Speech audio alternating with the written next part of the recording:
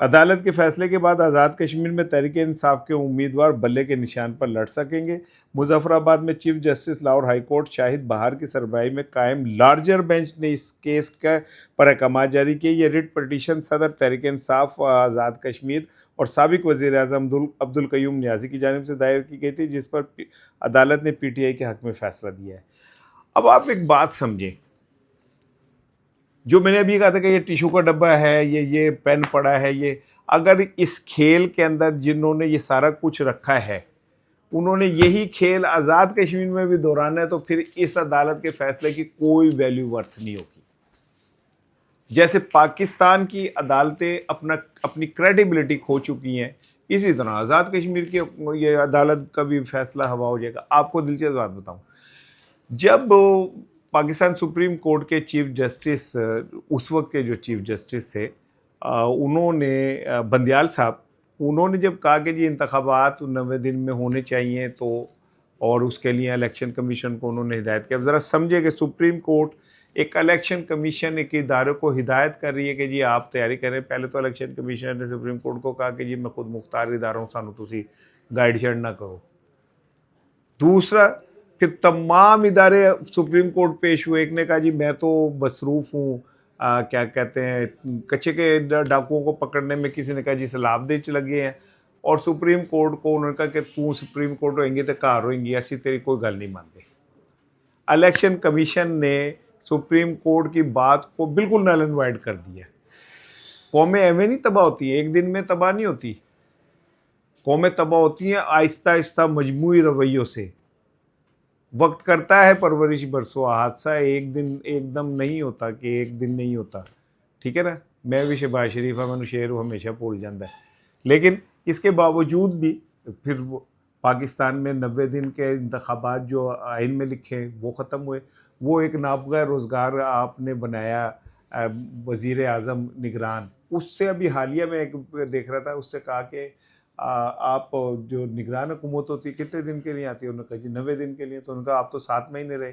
تو اس نے کہا جی اور کہا کہ آپ نے آئین کی توڑا؟ تو کہا جی سپریم کورٹ نے کہا تھا، ہم تو سپریم کورٹ کے کہنے پہ۔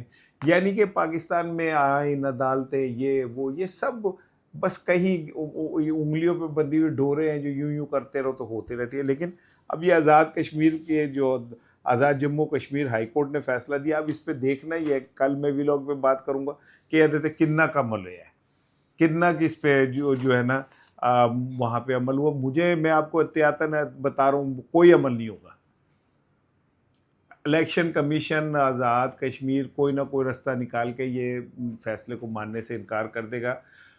اس کی ریزن یہ کہ اس سسٹم میں عمران خان کی پارٹی کے اوپر کراس لگ گیا ہے، اور عمران خان کو کہیں اتنی سی سپیس دینے کو تیار نہیں ہے۔ اب کل کیا کہتے ہیں علیمہ خانم صاحبہ نے جو رات اڈیالہ کے باہر گفتگو کی، ایک تو کل کوئی بھی نہیں آیا دشمن سجن نہ ہمسایا، ٹھیک ہے نا، کوئی بھی نہیں آیا، وہ بہنیں اکیلی وہاں پہ رہی۔ آئے کچھ ارکان اسمبلی آئے، لوگوں کو لے کے آئے، لیکن وہاں پہ وہی ہوا جو ہونا تھا کہ انہوں نے ایک احتجاجی ریکارڈ کرایا اور بات ختم ہو گئی، کیونکہ پی ٹی آئی کی کوئی لیڈرشپ اس بات میں سیریس نہیں ہے۔ وہاں پہ علیمہ خانم نے گفتگو کرتے ہوئے کہا کہ میرے پاس بیرسٹر گوہر آئے، اور انہوں نے محسن نقوی صاحب کا پیغام دیا کہ جی ٹھیک ہے، آپ نورین صاحبہ سے کہیں کہ وہ درخواست دیں، سپرنٹینڈنٹ اڈیالہ کو ہم ان کی ملاقات کرا دیں گے۔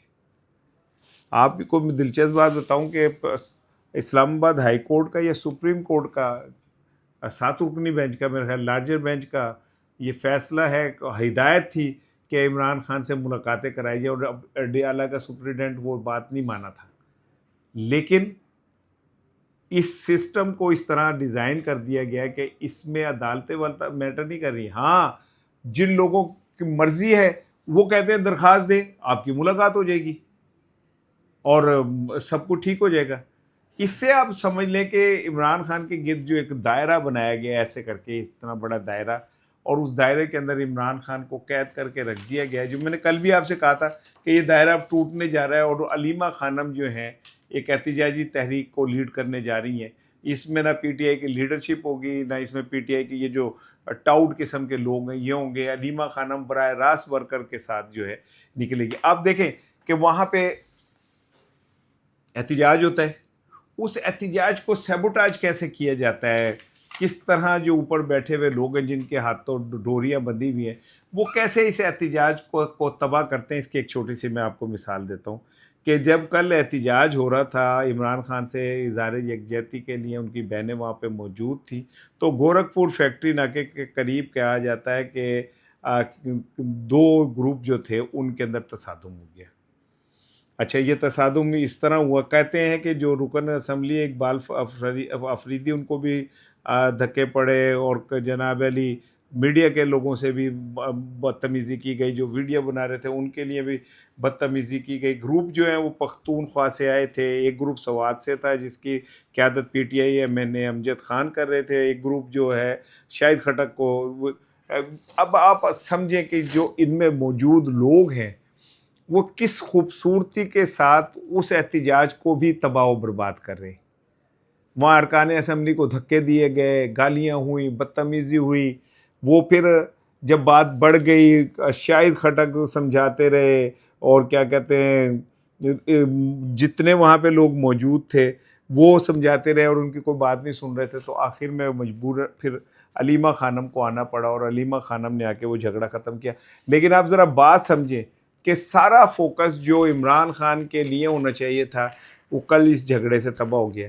اب یہ کون لوگ ہیں جو عین موقع پہ وہاں جا کے لڑائی کرتے ہیں؟ وہ کون لوگ ہیں جو اس احتجاج کو ایک طرف تو حکومت نہیں ساہ لین دیں، دوسری طرف اے بندے جڑے نے آپس ہی لڑ کے جو ایک وہاں تاثر بنانے کی کوشش کرتے ہیں، جو احتجاج کا رخ بدلنے کی کوشش کرتے ہیں. یہ میں نے اس کی چھوٹی سی آپ کو مثال سنا دی ہے. امپورٹنٹ چیز سنیں سر. پہلے وزیر اعظم موجودہ حکومت شہباز شریف صاحب نے قومی اسمبلی میں خطاب کرتے ہوئے فرمایا ہے، انہوں نے کہا جی جو لوگ ہم پہ یہ الزام لگاتے ہیں نا کہ جی یہ حکومت جو ہے یہ وہ نہیں ہے، کیا کہتے ہیں، قانونی نہیں ہے، وہ یہ بتائیں کہ 2018 میں کیا الیکشن چوری نہیں ہوئے تھے، کیا ٹھپے نہیں لگے تھے، کیا بے ایمانی نہیں ہوئی تھی. تو اگر وہ حکومت بھی جائز تھی تو پھر یہ بھی حکومت جائز ہے. یعنی آپ اندازہ کریں کہ ایک حکومت کا سربراہ یہ کہہ رہا ہے کہ اگر ادو بے ایمانی ہوئی سی اور ادھر الیکشن چوری ہوا تھا تو پھر اور وہ حکومت ٹھیک تھی تو پھر یہ الیکشن بھی ہم نے چوری کیا اور ہم حکومت کو مانو.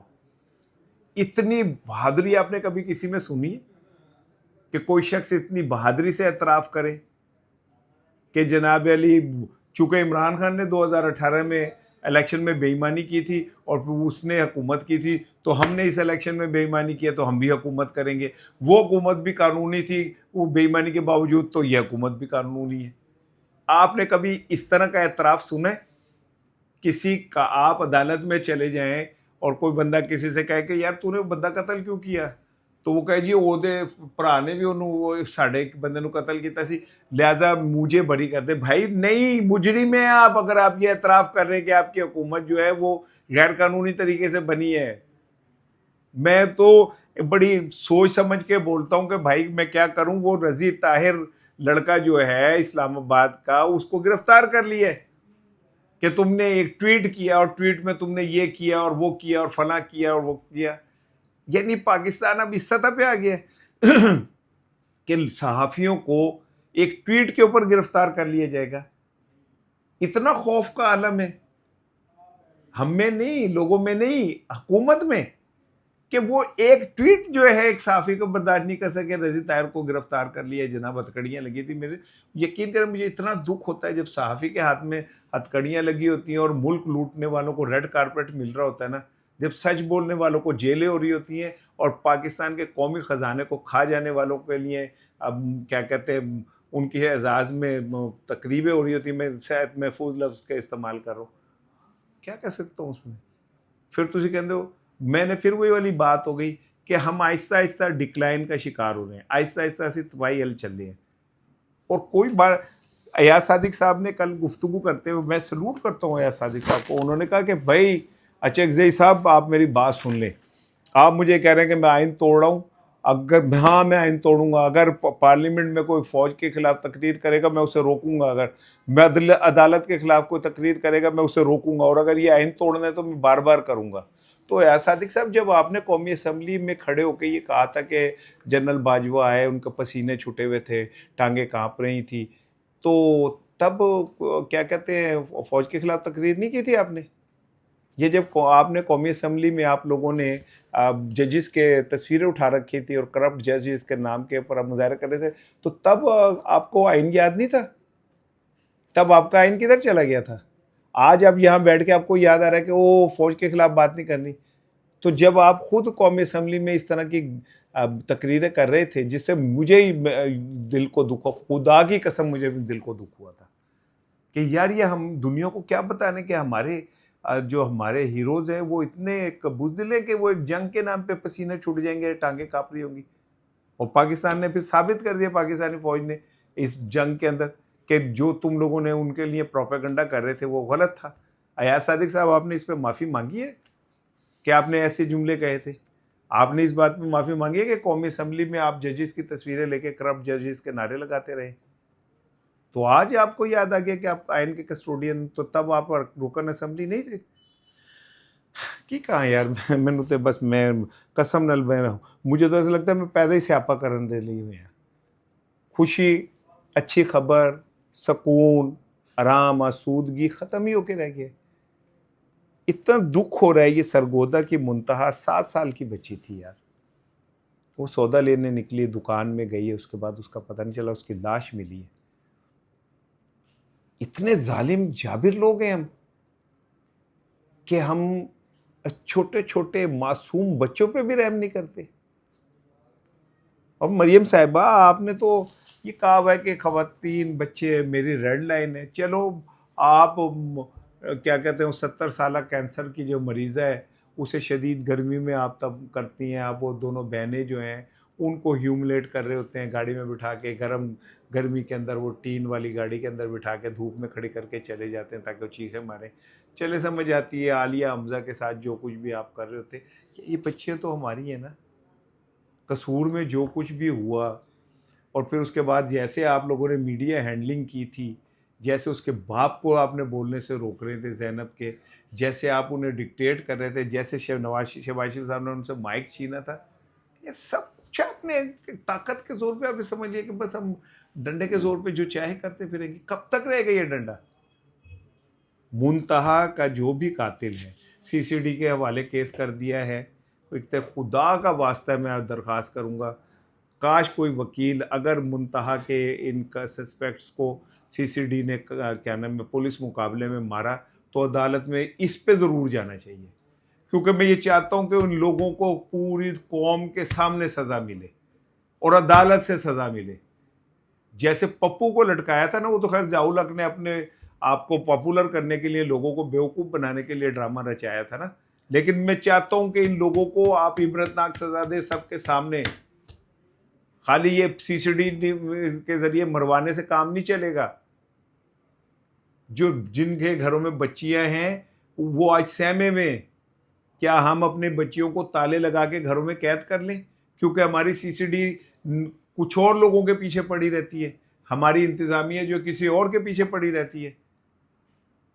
یہ ہے ہمارے کیا نام ہے پنجاب کے اندر امن و امان کی صورتحال۔ جو وظیفہ خور نمک خار جو صحافی ہیں وہ کیا نام ہے روز صبح سے شام تک مالا جپ رہے ہوتے، کریں اس کے اوپر بات منتہا پہ، پنجاب حکومت سے سوال کریں کہ پنجاب حکومت کہاں سو رہی ہے؟ آپ کو صرف اس بات کا پتہ ہے کہ PTI والوں کو کیسے کچلنا ہے۔ یہ جو بچیاں ہیں ان کی حفاظت کی ذمہ داری آپ پہ نہیں ہے؟ کیا کہوں یار، بس ٹھیک ہے، شام کو بات ہوگی آپ سے۔